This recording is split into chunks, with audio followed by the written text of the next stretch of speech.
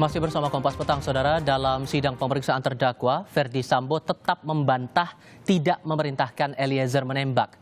Bahkan Sambo menyebut sempat meminta Eliezer berhenti menembaki Yosua dengan kalimat "stop chat" saat melihat Yosua sudah tersungkur.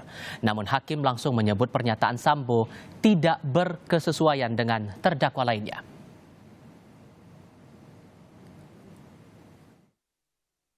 Saudara masih ingat berapa kali Richard menembak?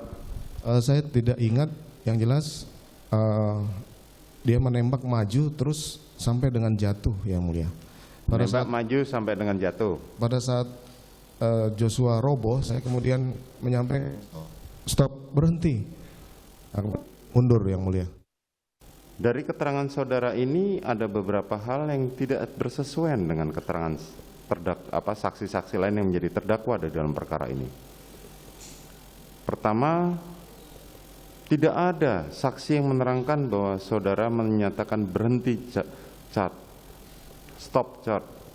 Itu tidak ada kalimat itu yang diterangkan oleh para saksi. Ricky Rizal sendiri kemarin menerangkan bahwa dia tidak melihat saudara menembak korban. Dan keterangan itu ketika digunakan alat lie detector ternyata benar bahwa dia tidak melihat saudara menembak korban. Kalimat yang saudara terangkan berhenti chat itu tidak ada, atau stop chat seperti yang saudara sampaikan tadi.